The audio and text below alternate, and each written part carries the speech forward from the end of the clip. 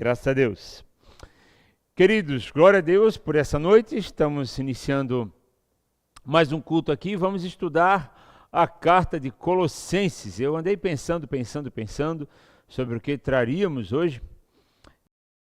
E me chamado muita atenção, acho que a palavra é essa. Tá, ter ouvindo bem, glória a Deus. A Alice botou uma menininha e a Neiva botou ok, então tá tudo bem. Tenho percebido essa carta, tem me chamado a atenção assim pela profundidade, acho que a palavra é essa, do texto, do conteúdo. Então, pensei em estar compartilhando com os irmãos. Nós temos atualmente na comunidade duas classes de fundamentos, uma que acontece aos domingos, quinzenalmente, e outra nas segundas-feiras, a primeira e terceira segundas-feiras do mês. Então, estamos passando por alguns pontos e um deles se chama Jesus ser eterno, ou ser eterno, né? Então, a carta de Colossenses, ela trata muito sobre a pessoa de Jesus, a sua plenitude, ou supremacia, ou primazia. Vamos ver já sobre isso e essas palavras. Então, o que está trazendo a carta em si, e também compartilhando um pouco do que é, né, o fato de Jesus ser um ser eterno. Amém? O Roberto disse que eu estou bonitinho. Vamos trocar o óculos desse rapaz. Glória a Deus. Irmãos, antes de começar o texto aqui, eu acho que nós vamos orar, né? E logo depois eu vou falar um pouco da circunstância aqui, do contexto histórico e geográfico, tá bom? Vamos orar então? Senhor Deus, te agradecemos por essa noite, por mais esse culto aqui, reunidos, ainda que cada um na sua casa, mas reunidos na mesma sintonia, no mesmo espírito. Pai, em nome de Jesus, nós te agradecemos por esse recurso, por esse canal, te agradecemos pelos irmãos que estão aqui dedicados, Senhor Asaf, Alex e Diego, Senhor, ajudando aqui na transmissão. Abençoa, Senhor, a vida deles. Abençoa, Senhor, as meninas aqui do louvor. Que a tua presença esteja conosco nessa noite, nos ensinando, que teu Espírito Santo seja o nosso professor nessa noite. Nós te pedimos que agora, nesse momento, as nossas preocupações, Senhor, fiquem todas no teu altar, nos teus pés, para que nós possamos nos dedicar e aprender aquilo que o Senhor quer ensinar. Em nome de Jesus, amém. Amém, queridos. Então, eu queria falar sobre essa carta aqui. Essa carta foi escrita mais ou menos ali em 60 depois de Cristo, né, pelo apóstolo Paulo, no ministério apostólico dele. Então, ela é muito tremenda, muito forte e profunda, e posso dizer até um pouco sofisticada no meu ponto de vista. Assim, eu acho as palavras, os textos bastante ricos. E aí, às vezes, a gente lê ali, tem algumas palavras um pouco difíceis ou não comuns para o nosso dia a dia, e a gente acaba passando os olhos assim e não se aprofunda nas verdades que tem aqui. Então, andei dando mais uma olhada, mais uma lida, mais uma estudada, e vou estar compartilhando com vocês, provavelmente, metade da carta hoje, tá? Já falei com o pregador da quarta que vem, aliás, pregadora, né? Ela está nos vendo, creio eu, e ela já me autorizou, né? Pegar a quarta-feira dela, né? E aí, quem sabe, faremos a parte 2 na quarta que vem. Então, a princípio, hoje estaremos estudando metade da carta, porque a carta é meio que dividida em duas partes mesmo, então combinaria uma separação se fosse o caso. Então, vamos estar vendo aí os 2 primeiros capítulos de Colossenses hoje, mergulhando um pouquinho, não em tudo, porque se for mergulhar em cada versículo, a gente fica muito tempo aqui. Mas para clarear um pouco e aprofundar um pouco mais essa carta para todos nós. Irmãos, ela já foi abordada aqui recentemente pelo Tiago, numa pregação, né? Até mandei mensagem para ele, achando que ele tinha feito um estudo, mas não, foi uma pregação que ele é totalmente autorizado, diz a pregadora da quarta que vem. Ele disse que não foi um estudo, foi num culto mesmo, né? Então me atrevi a fazer um estudo aqui e vamos lá.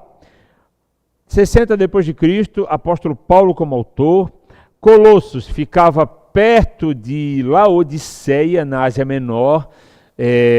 O apóstolo Paulo nunca foi a Colossos, pelo menos que haja registro disso. Ela fica à distância de cento e alguns quilômetros de Éfeso, que é uma cidade muito importante na época. Então, é mais ou menos como se Colossos fosse daqui até, assim, o que eu vou dizer para vocês? Garopaba, tá? Não sei se ajudei, né? Depois de Palhoça, assim. Então, dá mais ou menos a distância entre Efésios e Colossos, né? Efésios é uma cidade importante da época. Provavelmente, a igreja de Colossos foi por causa de um irmão que recebeu a Cristo, que é Epáfras ou Epafrodito, em Éfeso. Então, ele se migrou para lá, né? Ou foi para lá, talvez seja a cidade dele, já era a cidade dele, não sei. E a igreja se reunia na casa dele, né? Então, já sabemos que não é uma super igreja com 15 mil membros, né? Provavelmente essa igreja era algo aproximado assim de 20 pessoas, né? E queria falar uma coisinha aqui que não tem muito a ver assim, mas só para vocês verem a dedicação do trabalho apostólico de Paulo, que é escrever uma carta para um grupo de aproximadamente 20 pessoas. E para destrinchar o que eu estou querendo falar, eu quero lembrar vocês de que o papiro, que era o papel da época, custava uma fortuna, irmãos. Para escrever uma carta para alguém, a pessoa investia dinheiro, muito dinheiro. Quando o apóstolo Paulo fala assim, ó, em outra carta, vede com grandes letras vos escrevo, né? Ele estava dizendo assim, estou desperdiçando papel, mas estou escrevendo bem grande para vocês verem que isso é importante. O papel era algo muito caro, escrever se tornava algo caro, então, no fim das contas, né? Quem escreveu, vou só voltar a um ponto que eu me confundi aqui, não foi somente Paulo, foi Paulo e Timóteo. Nós vamos ver esse detalhe aqui, é uma carta escrita por duas pessoas. Provavelmente, Paulo ditou e Timóteo redigiu a carta, escreveu a carta, tá? Porque lá no final ele fala, a assinatura é de próprio punho, ou seja, eu mesmo assinei a carta. Então, provavelmente não foi ele que escreveu, tá? Deixa eu ver se era isso que eu queria fazer assim. Não era só isso. Aqui, como em outras cartas paulinas ou outras cartas do Novo Testamento, haviam correções de práticas, de condutas, de coisas que estavam vindo sobre os irmãos. Por isso que tal apóstolo, tal discipulador, né, escreve tal carta. Então, aqui, a igreja de Colossos estava sofrendo influências externas, sofrendo com o sincretismo religioso. O que é o sincretismo religioso? O sincretismo é a mistura de crenças. É quando a gente pega a verdade e dá uma diluída nela em troca da união. Muito se fala de unidade, de união, de todos se respeitarem, né, tal. Mas isso às vezes está embutido dentro do sincretismo religioso. Então, a unidade é em Cristo. Não dá para eu jogar Cristo para cima em troca da unidade com as outras crenças. Tu crê no Deus ali, sei lá, em outro Deus pagão da época, grego, sei lá o quê. Então, assim, vamos deixar Cristo um pouquinho no lugarzinho dele e vamos se relacionar harmonicamente. Cada um deixa o seu Deus um pouquinho de lado, a nossa amizade ou o nosso bom relacionamento é o que deve falar mais alto.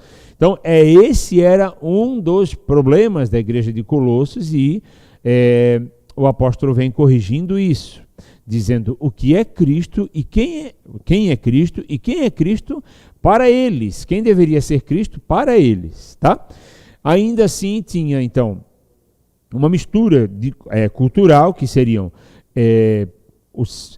que faziam com que esse sincretismo acontecesse, que era a própria cultura grega, né, que foi se espalhando por toda o mundo conhecido na época, né, até por causa de Alexandre o Grande. Então, a língua comum, o inglês deles era o grego. Então, com as conquistas de Alexandre, ele foi embutindo ali a cultura, a língua, os deuses, as crenças. Então, tinha muito paganismo, tinha a crença judaizante, que era aquela mistura de cristianismo com o judaísmo. Então, eles acreditavam que precisavam manter as práticas litúrgicas da lei mosaica, né, da Torá, para poder se achegar a Deus, enfim, ter a aprovação de Deus e por aí vai. Então nós vamos ver o apóstolo rebatendo esse entendimento daqui a pouco. E ainda tinha esse entendimento platônico, por causa de Platão, que veio ali uns 400 anos antes, mais ou menos, dessa circunstância aqui, 400 antes de Cristo, mais ou menos, falando que tudo que era matéria era necessariamente ruim, tudo que era espírito era necessariamente bom. Então, tinha-se esse entendimento. O que era divino era bom, o que era humano não prestava. Então, tudo que se fazia aqui era humano, não prestava mesmo. Então vinha também tocando, por exemplo, a igreja de Corinto, onde a gente via que eles falavam assim, os alimentos são para o corpo são para os alimentos, e é isso mesmo, né? O que eu faço com o meu corpo é isso mesmo, porque o corpo é mau, a matéria é má, não tem como eu santificar, purificar o meu corpo que é feito de matéria. Se entendia desse jeito, como se a nossa vida fosse em duas camadas, eu acho que é isso, né? Em dois planos, né? Quando eu chegar lá, quando eu for divino, quando eu for espiritualizado, né? Enfim, quando eu morrer, eu vou poder ser um ser elevado. Hoje que eu sou carne e matéria, sou pecador, me conformo com isso. Então, contra esse raciocínio também, o apóstolo vinha rebatendo também. Então, a gente vai vendo que é uma carta corretiva também, né? Além de outros pontos. Tá? Meu medo de sempre, se eu estou me fazendo entender e se eu estou falando muito rápido. Mas eu acho que até então não dá para entender mesmo e eu estou rápido. Mas conforme eu vou destrinchando aqui, eu creio que a gente vai assentando o raciocínio. Colossenses capítulo 1, versículo 1. Abre a tua Bíblia, de preferência de papel, de preferência tenha uma caneta na mão, de preferência rabisque a Bíblia. Bem? Colossenses 1 diz assim: Paulo, apóstolo de Cristo, por vontade de Deus, e o irmão Timóteo, aos santos e fiéis irmãos em Cristo, que se encontram em Colossos, ou Colossos, não sei, graça e paz a vós outros da parte de Deus, nosso Pai. Por que eu sei que Timóteo está escrevendo junto à parada?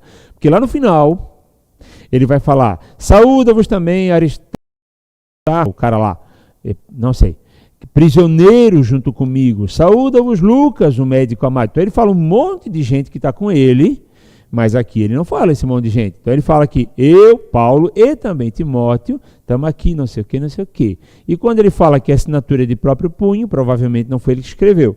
Então provavelmente essa é uma carta escrita por Timóteo, jovem discípulo. Jovem já dando muito fruto, nós estamos lendo o fruto do trabalho do jovem até hoje, glória a Deus. Versículo 3 diz assim: damos sempre graças a Deus, Pai de nosso Senhor Jesus, quando oramos por vós. Presta atenção no 4, tá? Desde que ouvimos da vossa fé. Não, desde que ouvimos da vossa fé em Cristo Jesus e do amor que tendes que tendes para com todos os santos. Presta bem atenção o quão abrangente esse versículo e como ele fala conosco de que essas duas coisas estão interligadas. A fé e o amor por todos os santos. É muito importante que a gente pratique, tenha isso vivo no nosso coração.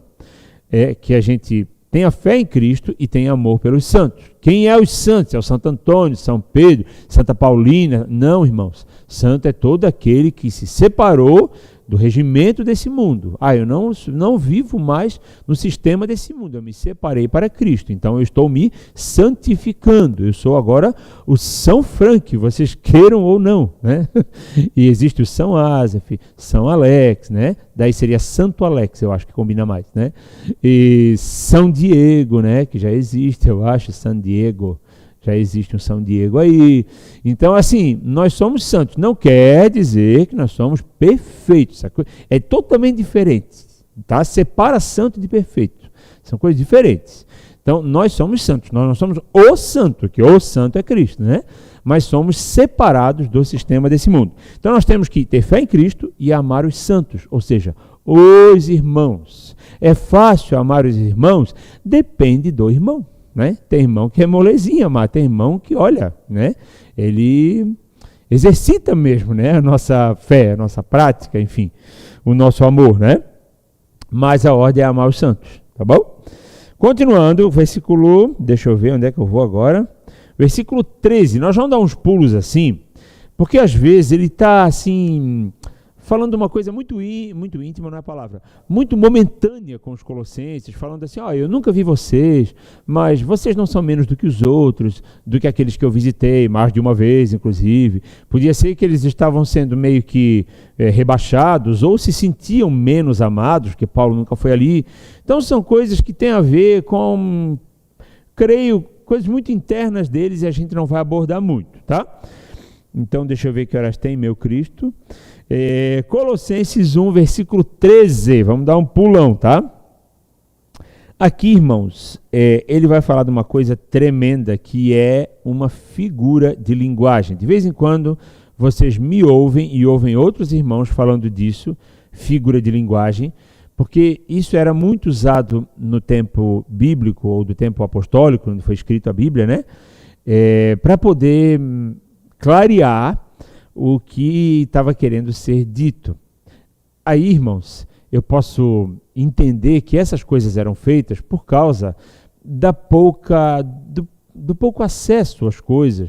Por exemplo, não se havia quase literatura, não se lia quase nada, né? Não se tinha acesso a livros, como falei, papiro era uma fortuna, não se via coisas em lugar nenhum, não existia gráfica, não existia foto, não se tinha referências.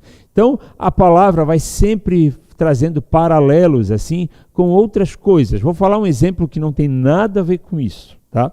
Mas os casados vão me entender. Quem já leu o Cântico dos Cânticos vai vendo os paralelos que Salomão faz para elogiar a esposa. Então ele usa animais, flores, montanhas, a natureza para trazer uma referência. E aí, Cântico dos Cânticos está cheio de figuras de linguagem. Então aqui ele traz versículos 13 e 14, diz assim, Ele, Cristo, nos libertou do império das trevas e nos transportou para o reino do Filho do seu amor. Versículo 14, no qual temos a redenção, a remissão dos pecados. Vamos para aí. Ele está fazendo uma figura de linguagem de uma circunstância de guerra. Quando uma cidade um exército invadia uma cidade, eles tinham a prática de destruir portão primeiro, depois derrubavam os muros se fosse o caso, saqueavam a cidade e levavam os despojos, que normalmente eram riquezas, mulheres e crianças, né? Porque os homens, eles meio que tinham a obrigação de matar, porque os homens iam, né, revidar se deixasse os homens vivos ali. Então eles matavam os homens, levavam os despojos, que eram mulheres, crianças e escravos. Lembrei de escravos. Então, o que se fazia? Pegava lá daquele vilarejo, que a gente fala cidade fortificada, não é uma cidade igual Itajaí, né? É um vilarejo fortificado. Se pegava todo aquele conteúdo, né? Posso dizer assim, e se levava para outra cidade. Então, ele está falando de uma troca de reino. Então, é como se ele tivesse nos saqueado o inferno, né, onde nós estávamos lá, aquela vida de opressão, tristes, deprimidos, fracos, sozinhos, solitários, né? E ele nos levou para o reino do Filho do seu amor. Então, vou ler de novo, tá? Ele nos libertou do império das trevas, porque lá nós éramos escravos. Então, pense que o nome daquele reino era Império das Trevas, tá? E nos transportou para um outro reino, para um outro império, tá? Que é o reino do Filho do seu amor. Continuando, no qual, nesse reino ou nesse Filho, nós temos a redenção, a remissão dos pecados. Então é um reino de liberdade. É muito tremendo isso, irmãos, quando a gente consegue meio que enxergar, visualizar essa cena, esse teatrinho, né? Ele nos carregando da opressão para uma vida livre, onde não somos mais escravos do pecado. Amém? Vou continuar aqui, não sei se vocês estão me entendendo, qualquer coisa dê um ok aí, tá? No versículo 15 até o 23, nós vamos fazer uma leitura bem grande agora, são 9 versículos, que ele vai falar sobre a plenitude, a divindade, a supremacia, a primazia de Cristo, tá? E esse é o texto que tem me chamado muita atenção e que eu acho a literatura um tanto quanto sofisticada. Mas é muito tremendo, irmãos. Vamos lá. Versículo 15 diz assim, Colossenses 1, 15. Presta atenção, que é tudo muito rico, tá? Falando do Filho do seu amor, no qual nós temos a redenção. Este é a imagem do Deus invisível, de toda a criação. Eu vou ler e depois eu vou vindo arrematando, tá? 16. Pois nele, Cristo, foram criadas todas as coisas, nos céus e sobre a terra, as visíveis e as invisíveis, sejam tronos, sejam soberanias, quer principados, quer potestades. Tudo foi criado por meio dele e para ele. 17. Ele é antes de todas as coisas. Nele tudo subsiste. Ele é a cabeça do corpo da igreja. Ele é o princípio, o primogênito de entre os mortos, para em todas as coisas ter a primazia.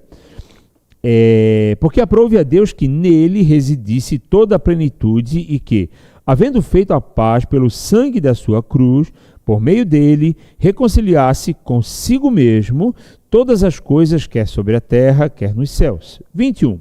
E a vós outros também, que outrora erais estranhos e inimigos no entendimento, pelas vossas obras malignas, agora, porém, vos reconciliou no corpo da sua carne, mediante a sua morte, para apresentar-vos perante ele santos, inculpáveis e irrepreensíveis. 23. Irrepreensíveis, vírgula, presta atenção, se é que permaneceis na fé, alicerçados e firmes, não vos deixando afastar da esperança do evangelho que ouvistes e que foi pregado a toda criatura debaixo do céu, e do qual eu, Paulo, me tornei ministro. Irmãos, é muita informação, por isso que a gente vai pautar um pouco aí, para deixar um negócio bem aproveitado, tá? Aqui, ó. O versículo 15 fala, ele é a imagem do Deus invisível, o primogênito de toda a criação. O que primogênito quer dizer? O primeiro filho. Então, a gente vai pensar, então nós podemos dizer que Jesus foi o primeiro filho, né? Então, nós podemos botar um começo para Jesus, né? Sendo que a gente insiste tanto com esse negócio de que ele é antes de todas as coisas, de que ele sempre existiu.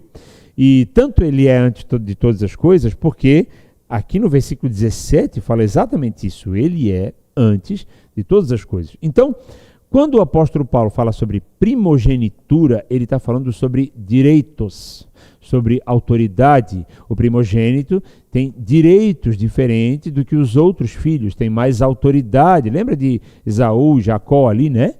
Esaú, Jacó, meu Deus, acabei de confundir o nome dos filhos do cara, né? Isso, né? Daquele negócio da primogenitura, que um roubou a primogenitura do outro. Então, é isso. Cristo tem os direitos principais. Aliás, Cristo é autoridade sobre os outros irmãos. Então, nesse sentido, ele é o primogênito, não o primeiro a ser criado. Amém? Continuando. Pois nele foram criadas todas as coisas, no céu, sobre a terra, as visíveis, as invisíveis, sejam tronos, sejam soberanias, quer principados, quer potestades. Tudo foi criado por meio dele, para ele. Com isso, irmão, com esse pensamento, o apóstolo estava rebatendo as ideias de Platão, que falava, que o espírito é essencialmente bom, matéria é essencialmente má. Ele diz assim, tudo foi criado por Cristo, a matéria, o espírito, os que vocês vê, as coisas que vocês vê, as coisas que vocês não vê, tudo é criado por Deus. No entanto, né, o que foi criado não obedece muitas vezes, né, ao Senhor, e aí acaba fazendo coisas que Deus não se agrada. Mas nós fomos criados por Deus. O ladrão, por incrível que pareça, né, irmão, foi criado por Deus, né? Ele optou pela profissão de ladrão, né? Mas não é essa a vontade do Senhor, essa é a vontade do diabo, né? Que é o ministério do diabo, roubar, né? Se é que dá para dizer assim. Então, irmãos, tudo foi criado por Deus. Se as minhas atitudes são más, a culpa é minha e não da matéria. Não, mas nós somos da carne mesmo. Às vezes a gente se encosta, não, nós somos falhos mesmo, eu sou humano. Tudo bem, é humano, é falho e tal, mas não vamos ficar usando isso como pretexto para libertinagem, né? Então, uma coisa é uma coisa, né? Outra coisa é a nossa responsabilidade como servo de Deus, né? Continuando, 17. Ele é antes de todas as coisas, nele tudo subsiste. As coisas não existem, elas subsistem, porque Cristo é quem as fez. Ele é o junto com Deus da criação e com o Espírito Santo da criação. Então, nele tudo subsiste, nada existe sozinho.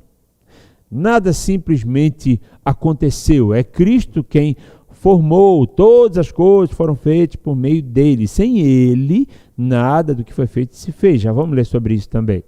Tá? Então, é muito importante a gente entender que tudo tem o dedinho de Jesus aí, né? É muito tremendo isso, o capricho nas coisas, né? A criatividade, posso falar assim, né? Então, é muito tremendo quando a gente começa a ver Deus como um criador.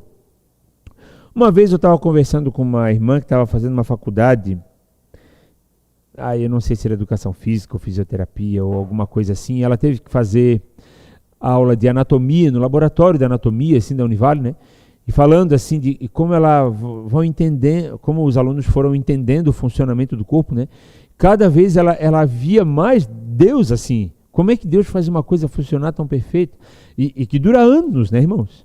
Como o Roberto estava pregando esses dias aí, tem idosos que chegam aí em 80, 90 anos em ditosa velhice, né? São casos raros, normalmente a pessoa já tem uma doença ou outra, né? Mas tem gente que chega muito bem ali, né? Então, como é que esse aparelho, né? Esse sistema funciona? Uma vez eu preguei aqui também sobre um salmo que fala que é ele quem faz nascer os ossos, né? No ventre da mãe, osso, irmão, né? Lá dentro do ventre da mãezinha ali, como é que se cria um bebezinho com unha, com osso, tudo, né? Então, esse funcionamento, esse capricho, esse funcionamento perfeito é coisa de Cristo. Amém? Continuando. Ele é o cabeça do corpo. Ele é o princípio, o primogênito entre os mortos, para em todas as coisas ter a primazia. Vou ler o 19. Não, vou parar aqui. Se entendia, não sei se os irmãos vão me entender se eu explicar assim, que eu vou usar uma figura de linguagem, tá? Que Deus era como se fosse o sol e os outros semideuses, né, que eram meios de se chegar a Deus, eram como se fossem raios de sol. E aí Jesus era um dos raios de sol, assim como existia Artemis, Apolo, Diana e, sei lá, Eros, os deuses gregos, aí estou falando dos deuses gregos que eu estou lembrando, né? E outros deuses da época. Então, Cristo era, para alguns, um semideus, alguém que era uma emanação de Deus. E é isso que o apóstolo Paulo tanto combate, que o apóstolo João tanto combate nas cartas, dizendo que não é bem assim, né? Aliás, não é isso, né? Cristo é o sol, entende? Cristo é de onde emana tudo que é bom. Então, Cristo não é um raio de sol. Então, ele é a geração da vida. A Bíblia chama ele de autor da vida, né? Então, irmãos, é muito importante a gente entender isso, até porque tem muitas seitas que perduram até hoje, que diz que Cristo é o Filho de Deus, e ele é também. Mas a Bíblia diz que ele é antes de todas as coisas. Ele falou, gente, antes que Abraão existisse, eu sou, né? E aquele eu sou, que vocês sabem, que vem do hebraico, que quer dizer Yahweh, que quer dizer eu sou aquilo que sou e pronto, né? Ou seja, antes que Abraão existisse, eu já era e pronto, né? Então, é muito grave e muito importante essa declaração dele. Quando ele fala isso, a galera rasga as vestes, porque imagina, uma blasfêmia, né? Ele falar isso ali. Então, ele se denomina como eu sou, como o mesmo nome que Jeová usou para Moisés lá na sarça, né? Se me perguntarem como é que é o teu nome, o que eu falo? Que era importante isso na época. Fala que eu sou falou contigo. Pronto, já vão entender, né? Então, ele, irmãos, ele não é um raio de sol, ele é o centro. Hoje, comparando, eu escutei um pregador, né, um pastor, explicando uma coisa sobre a Via Láctea e dá para fazer um paralelo bem interessante. Os planetas todos, né, orbitam ali, não sei se orbitam, acho que está errado isso, mas giram em torno do Sol. Então, tudo está alinhadamente ajustado por causa do Sol que está no meio. Eles estão rodando, eles não rodam só em torno de si, né? Pelo menos a Terra não é assim, é em torno de si e também em torno do Sol. Se você tira o Sol do meio, tudo pode ficar desalinhado, porque o Sol é o que rege. Então a gente não pode tirar Cristo da nossa crença e mais ainda da nossa vida, da nossa atividade, dos nossos dias. Ele é o Sol da nossa vida. Amém? Ele é o sol da justiça, né? Continuando, então, deixa eu ver aqui onde é que eu parei. Estou me perdendo fácil. Tá, então aqui, ó. Vou ler o 18 de novo, tá? Ele é a cabeça do corpo, da igreja. Ele é o princípio, o primogênito de entre os mortos. Já vou explicar. Para que em todas as coisas tivesse a primazia. A primazia, irmãos, é autoridade máxima, supremacia também é a mesma coisa. Eu fui pesquisar hoje o que é supremacia. Ela dizia, supremacia é primazia. Eu pensei, mas eu não sei o que é primazia também. Inclusive, era a próxima palavra que eu ia explicar, né? Que eu ia pesquisar. Mas elas são a mesma coisa, é uma autoridade superior, todo o domínio, toda a soberania. Então, pertence a Cristo. Então, ele tem a autoridade máxima até dentre os mortos, porque ele foi o primeiro a ressurgir de dentre os mortos, né? Então, ele está falando assim, o primogênito de entre os mortos, para que em todas as coisas tenha a primazia. Esse caminho que nós passaremos, né, da morte para a vida, Cristo já percorreu. Então, ele já tem a primazia até nesse âmbito, vamos dizer, tá? 19, porque aprouve Deus, ou seja, Deus achou melhor que nele residisse toda a plenitude e que, havendo feito a paz pelo sangue da sua cruz, por meio dele reconciliasse consigo mesmo todas as coisas, quer sobre a terra, quer nos céus. Vamos parar aqui para explicar. Deus achou que seria bom fazer o que fez e fez, né? E aí o seu filho deu o seu sangue, por causa do seu sangue, a nossa paz com Deus foi reconquistada. E aí ele reconciliou consigo mesmo, porque a briga era com ele também, né? Nós estávamos afastados também de Jesus, porque Jesus já estava no princípio. Então não é só que nós agora temos paz com Deus, nós temos paz com Jesus, porque antes do sacrifício dele mesmo, nós não estávamos em paz com eles. A ira de Deus pesava sobre a humanidade e a ira de Cristo também, né? Porque eles têm a mesma essência. Então, irmãos, agora nós temos paz com Deus, com o Espírito Santo e com Jesus. Amém? Meu Deus, tá, a hora voa. Peraí que eu estou pensando. Tá, versículo 21. E a vós outros também que outrora eres estranhos e inimigos no entendimento pelas vossas obras malignas, agora, porém, vos reconciliou no corpo da sua carne, mediante a sua morte, para apresentar-vos perante ele santos, inculpáveis e irrepreensíveis, se é que permaneceis na fé, alicerçados e firmes, não vos deixando afastar da esperança do evangelho que ouvistes e que foi pregado a toda criatura debaixo do céu, e do qual eu, Paulo, me tornei ministro. Irmãos, é muito tremendo isso, porque ele está falando assim, ó, que antes nós estávamos lá no império das trevas, né? Ele foi lá e nos resgatou para um outro império, ou melhor, para o reino do Filho do seu amor.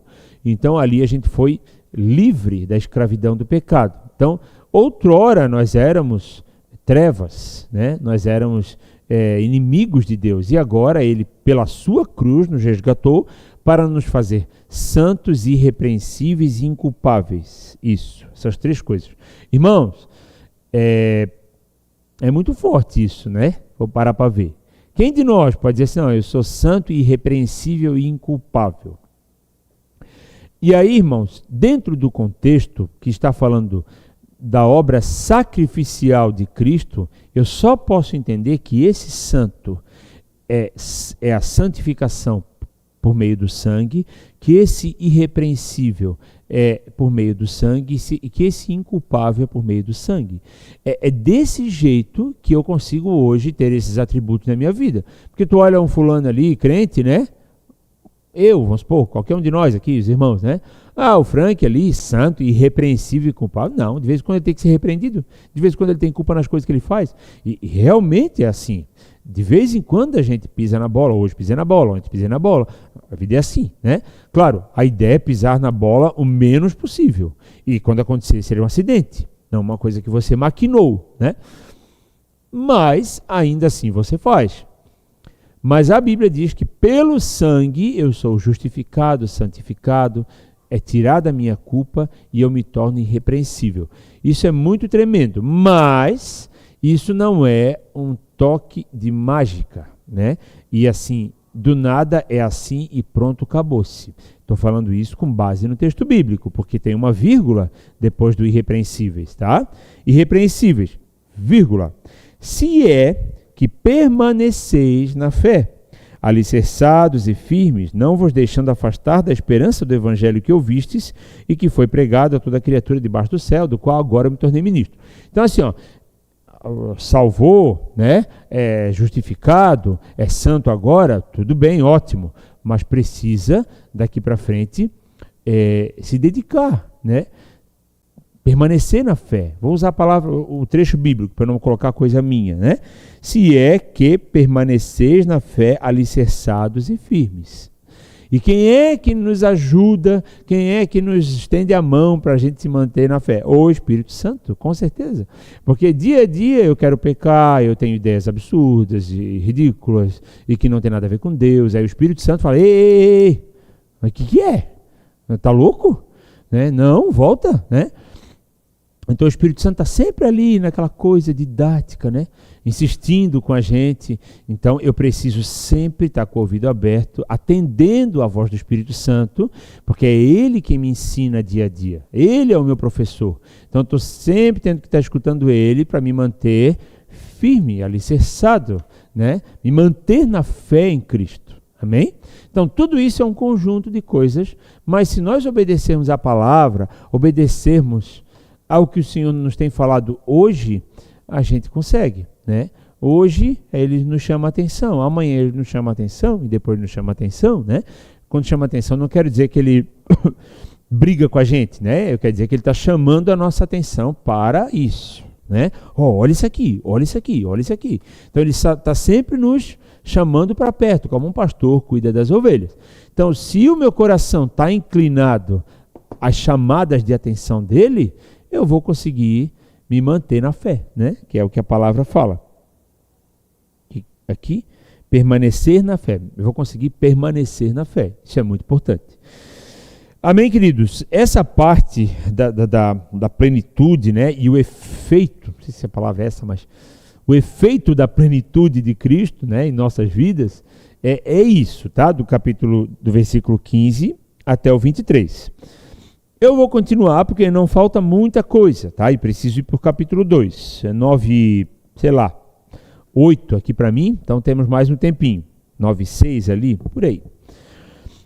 No capítulo 2, no versículo 6, fala assim, Colossenses 2, 6. Ora,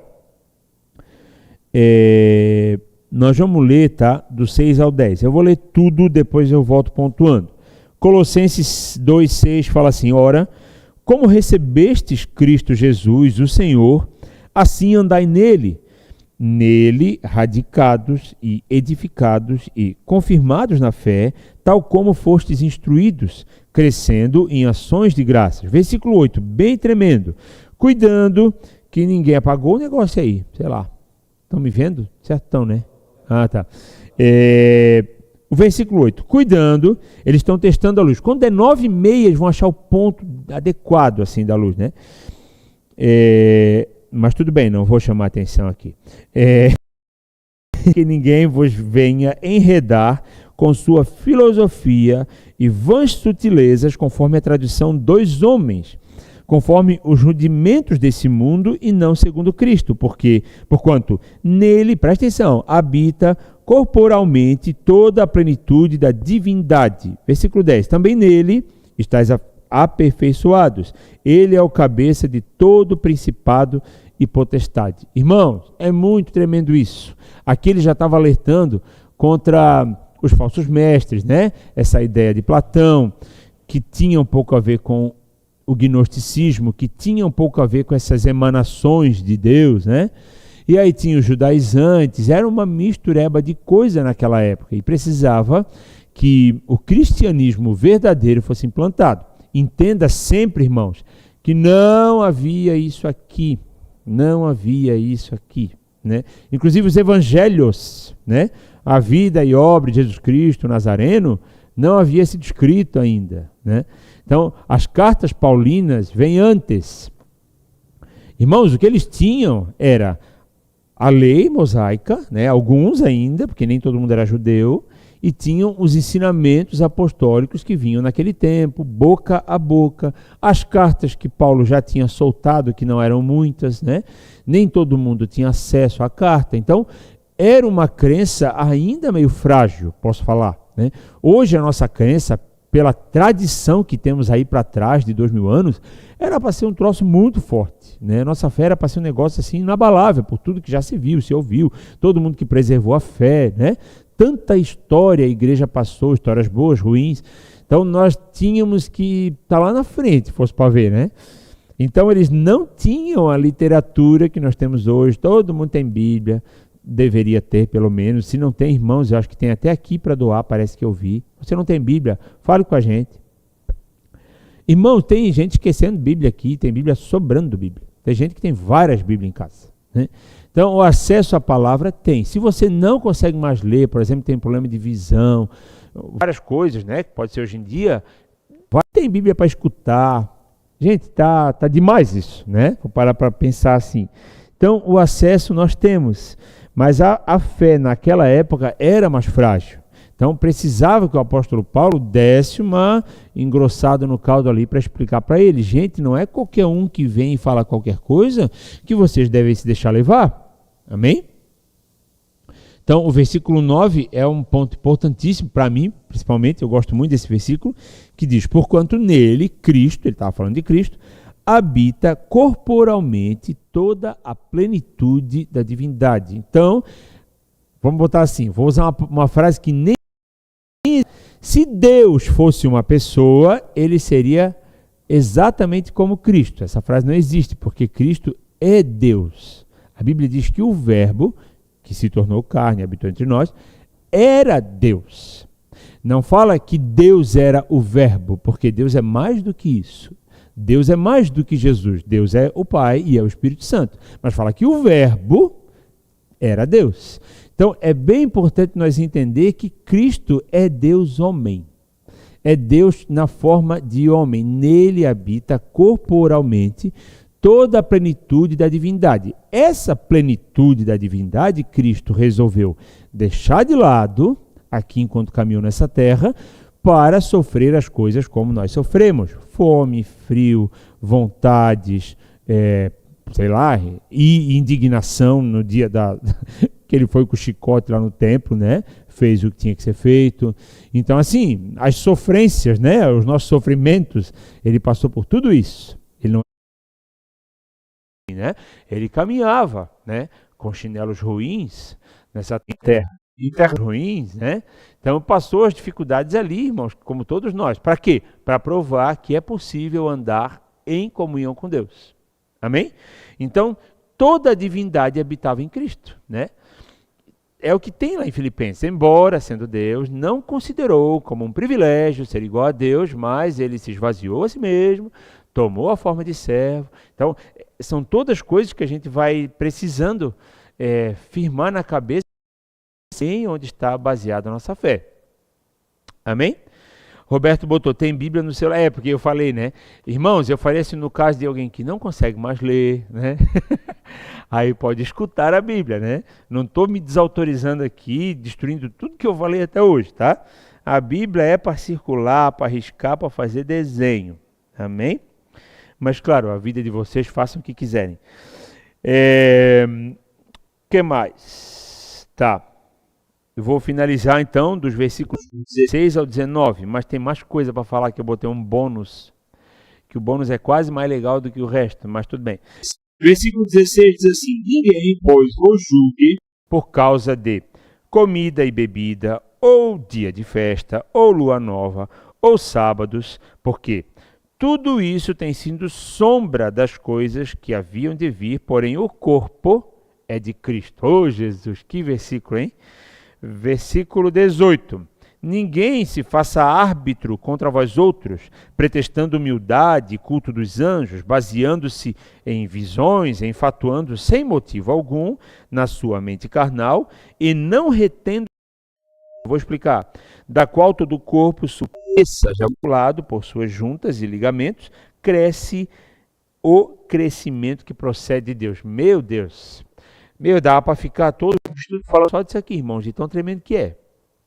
O que ele está falando aqui? Basicamente contra o pensamento judaizante, que era as práticas judaicas misturadas com o cristianismo, colocando como imposição. Por exemplo, eu precisaria me circuncidar, eu precisaria guardar o sábado se eu quisesse ser cristão, sendo que sábado não é somente um dia da semana, né? Sábado são várias coisas, existem vários sábados na Bíblia, se a gente quiser seguir, né? E as festas, né? As luas. Então era muita regra, muita festa, tal festa, não pode fazer nada, não pode fazer nenhum trabalho forçado, não pode nada. Então a gente teria que se entregar a essas festas pelo menos 3 vezes por ano, todos os sábados, e tudo isso o apóstolo está falando, gente, isso era sombra, né? Não é a forma perfeita. Vocês verem uma sombra, é só uma silhueta ali. O conteúdo mesmo está revelado agora, que é Cristo. Então vou ler de novo, 17. Não, 16. Ninguém, pois, vos julgue por causa de comida e bebida, ou dia de festa, ou da lua nova, ou sábados, porque tudo isso tem sido sombra das coisas que haviam de vir. Porém, o corpo é de Cristo. Então, quando ele fala comida, bebida, ele está se referindo também àquelas questões de que o judeu não comia tal tipo de carne, tal tipo de comida, de alimento, né? Então, isso aí o próprio apóstolo deu uma quebrada, dizendo, gente, não é assim, a não ser que seja por causa da consciência do outro. Porque a fé do meu irmão é muito importante, né? Eu edificar a fé dele ou estragar a fé dele é uma coisa muito importante. Preciso ver para onde eu estou indo, né? Mas o tipo de carne que eu como não é mais importante para Deus, porque o apóstolo Pedro teve uma visão daqueles animais sendo descidos por um lenço, né? E aí Deus estava falando para ele uma figura de linguagem também, mostrando o que haveria de vir no dia seguinte na casa de Cornélio, né? E ele tinha toda espécie de animais, não sei o que, tal. Ele falou, Senhor, não posso comer isso, né? Porque ele falou, não posso comer isso. Coloquei um animal impuro na minha boca. Ele disse, não considere impuro aquilo que eu santifiquei. O corpo, irmãos, é de Cristo, né? Então não deixe alguém te oprimir por causa de lua, por causa de festa judaica, por causa de sábado, por causa do porco que você vai comer, meu Deus, né? Está muito claro isso na idade, no período apostólico, que isso foi mudado dali para frente. Amém? Continuando, não tem continuando, acabei. 18. Ninguém se faça árbitro contra vós outros, pretextando humildade e culto dos anjos, baseando-se em visões, enfatuando sem motivo algum na sua mente carnal e não retendo a cabeça, do qual todo o corpo, suprido e bem vinculado, e por aí vai. Seguinte, o negócio da visão. O problema da visão é quando ela se opõe a isso aqui. Se a visão está em harmonia com a palavra, guarda no coração e segue em frente. muito provavelmente ela vai se cumprir. Agora, se a visão não condiz com o que a palavra ensina, irmão, deixa a visão de lado. Isso aqui é a nossa visão, né? Deus já falou conosco, ele pode continuar falando? Pode, mas ele não vai ficar trocando de ideia toda hora assim, não, agora não é mais assim, Cristo não é mais tudo, não, mudei. Não é assim, irmãos. Então, a visão, se ela não fere a palavra, guarda no coração e segue em frente, pode ser que ela vai se cumprir, né? Mas se ela fere, descarta, e se você não sabe se fere ou não fere, continua orando. Uma hora Deus vai mostrar. Amém? Essas pessoas que estavam ludibriando os irmãos, eles não estavam retendo a cabeça. O que seria retendo a cabeça? Ligando essas práticas à cabeça. A cabeça aqui seria Cristo. Seria não, é Cristo. Porque ele fala o que é a cabeça daqui para frente. Então, não reter a cabeça é não pegar essas coisas que eu estou fazendo, praticando, esses meus motivos de crença, e ligando a Cristo. Eu preciso que toda essa minha liturgia, ou essas minhas práticas religiosas,